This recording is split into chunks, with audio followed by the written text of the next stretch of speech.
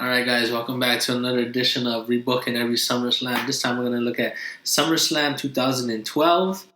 And, 2012, it was a good year, but I just felt like they could have definitely treated the champion much better, in my opinion. CM Punk, he had a, pretty good match with Jericho and at WrestleMania and Extreme Rules. But then him and Bryan, they should have been main eventing these shows, man. They're having classic matches. We're having, John Laurinitus main event, the Big Show and John Cena main eventing. That just like really showed what the company was prioritizing, and it was really John Cena. So, which is unfortunate because you had a lot of talent, and I feel like they definitely could have been better doing that. On the bright side, you had like Team Hell No kind of come out and reform, and you saw Daniel Bryan's comedic side, which was fun.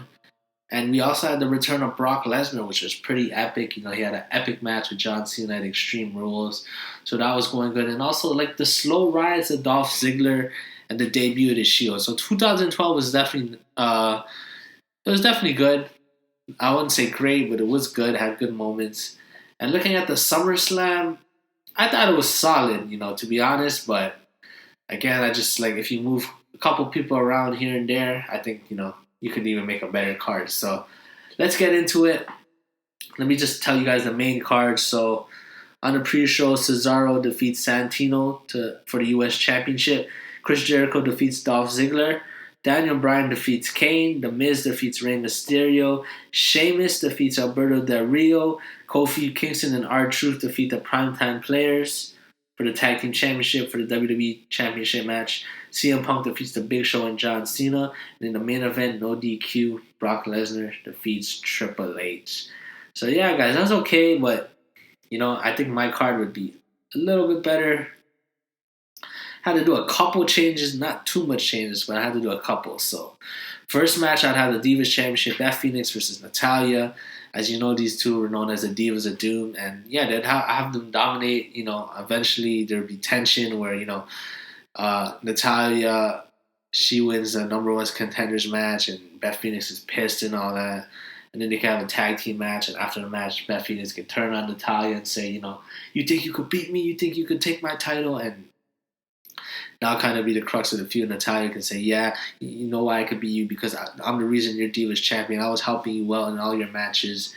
And yeah, I think it'll be a fun match. Two great workers, and I'll give Natalya the win.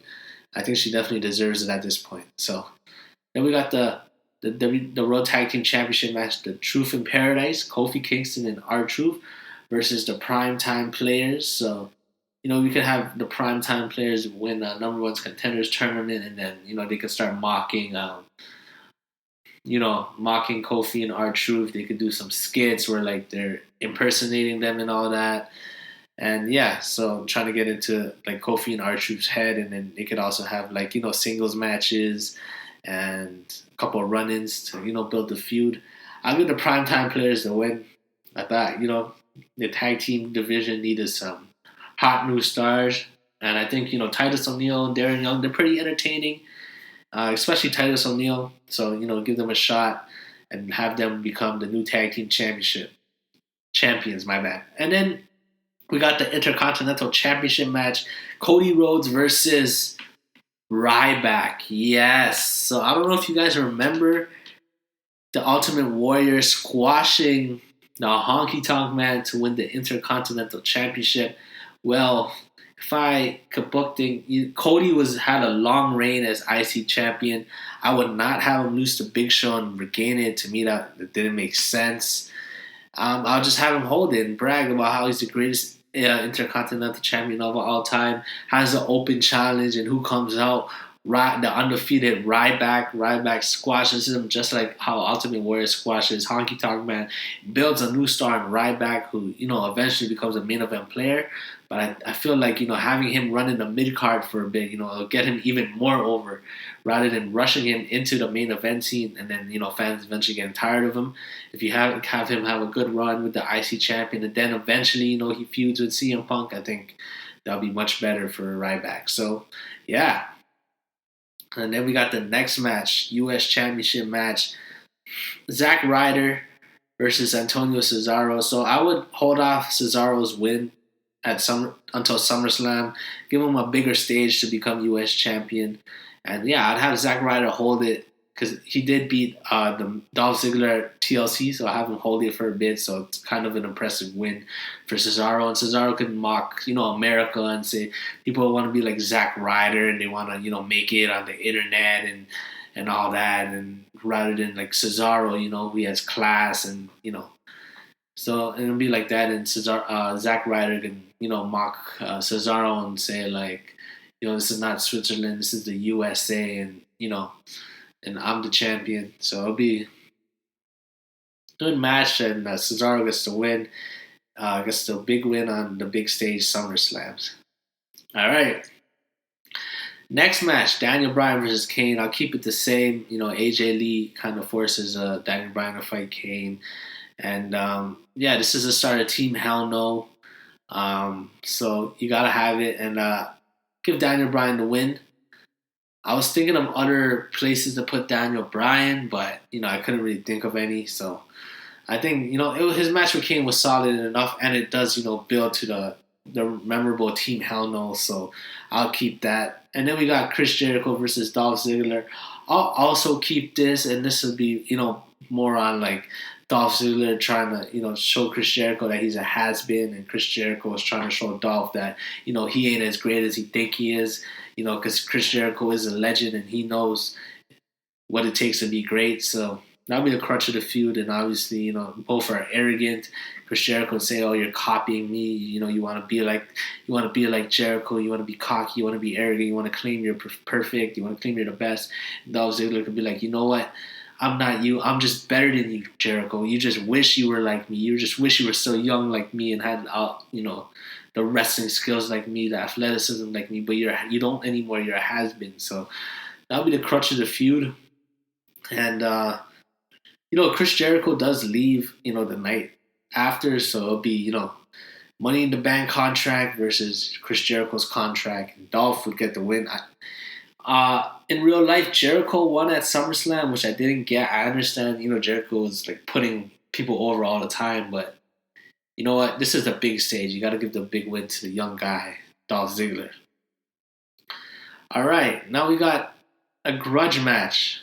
We have Rey Mysterio versus Alberto Del Rio. So if you guys remember in 2011, I believe Alberto Del Rio injured Rey Mysterio and put him off the shelf for almost a year. So Alberto could be bragging about how, he's Mexico's greatest export and that, he'll soon again be world champion, and Mysterio could come back and jump him. And Rey says he wants his revenge for you taking, a year out of my career. I'm going to take a year out of yours. So it gets real personal. And this could be a street fight, actually. I think it'll be fun. And, I'll give Rey the win to kind of put closure on their feud. They definitely had a great feud. And, it doesn't hurt Del Rio to lose to a legend like Mysterio. Mysterio returns and, gets the win. All right, now we got the World Heavyweight Championship match. Sheamus versus the Big Show, yes. So instead of Big Show, fighting for the WWE Championship in a triple threat match, he goes one-on-one with Sheamus. I think, they had a great match. I believe at Hell in a Cell, where Big Show surprised Sheamus and won the world title. I would have that match here and have Big Show surprise Sheamus. Sheamus could talk about how, he's the biggest, baddest guy with the World Heavyweight Champion. And then Big Show could come out and say, you haven't beat me. So that's kind of the crutch of the feud. And, it'd be Bro Kick versus the knockout punch. So Big Show could surprise Sheamus with the knockout punch one week, and Sheamus could hit the Bro Kick another week, and they could even have where like they have an Impact competition where like Big Show punches something and they see how hard it is, and Sheamus could even Bro Kick it and see how hard it is, kind of like a punching bag or something. So just kind of builds like the hype for two OP finisher moves to go at it, and I think it would be a good match. Like they did have a great match again, like I said, And yeah, I think this would be good for Sheamus because you don't want him to be too dominant because I feel like that's kind of what happened. Sheamus got a little too dominant. Fans kind of, lost interest in Sheamus. You need to give him some obstacles to overcome and have him be a little bit vulnerable and, losing against, the world's largest athlete will definitely do that. So, yeah. All right. Now we got the WWE Championship match. John Cena wins Money in the Bank, cashes in at SummerSlam, not on the Raw anniversary. So, yeah. Just a straight up, cash in, and they could talk about their history, and Cena can even bring up how, you won the title, but they still want me to main event because you can't cut it. And CM Punk can talk about how, this company hates him and that they'll always put Cena above him. He doesn't have the same merchandise as him. It's like, where are my ice cream bars at? That's why I turned on the people because it hasn't gotten me anywhere. So Punk can, kind of go off on the fans and say, your support didn't mean nothing because at the end, there's nothing that changed. And then Cena could say, the thing that changed is you, you became selfish. You became, wanting it to do it for you rather than doing it for the fans. So, yeah, they could have some epic promos. And this is where I'd have Paul Heyman reveal himself, to be working with CM Punk. And CM Punk is Paul Heyman guy. So, ref will be down. And then maybe Heyman could, slide a chair in for Punk. Punk hits Cena, hits the GTS, gets the win.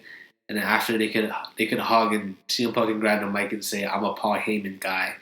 So, I think that, again, you want to have big moments on big pay-per-view. And, CM Punk and Paul Heyman's partnership becoming, a real thing on WWE would definitely be a great moment to have. And again, Cena and Punk, these two never have a bad match. They had a good match at Night of Champions the next month, so I'm sure it'll just be as good. All right, guys, now we got the main event. Same match, Brock Lesnar versus Triple H in a street fight. And yeah, I'd give Lesnar the win. And, personally, I would have Lesnar not lose to John Cena. And then, he'd be going crazy, making all these demands, wanting to get paid more, wanting, to name the show after Brock. And then Triple H could come on and says, we're not doing that. If you want, just prove you're a man. Why don't you face me at SummerSlam? And, yeah, they can have the same build where, Paul Heyman and Stephanie, they kind of go at it in the ring. Paul Heyman could be, throwing shots at Stephanie. Triple H could come out, and then Brock could come out as well. They could have a nice brawl. And yeah, you could even have, I like that where Brock, injured Shawn Michaels to, bring some heat on him. And then I'll even have him, F5 Vince.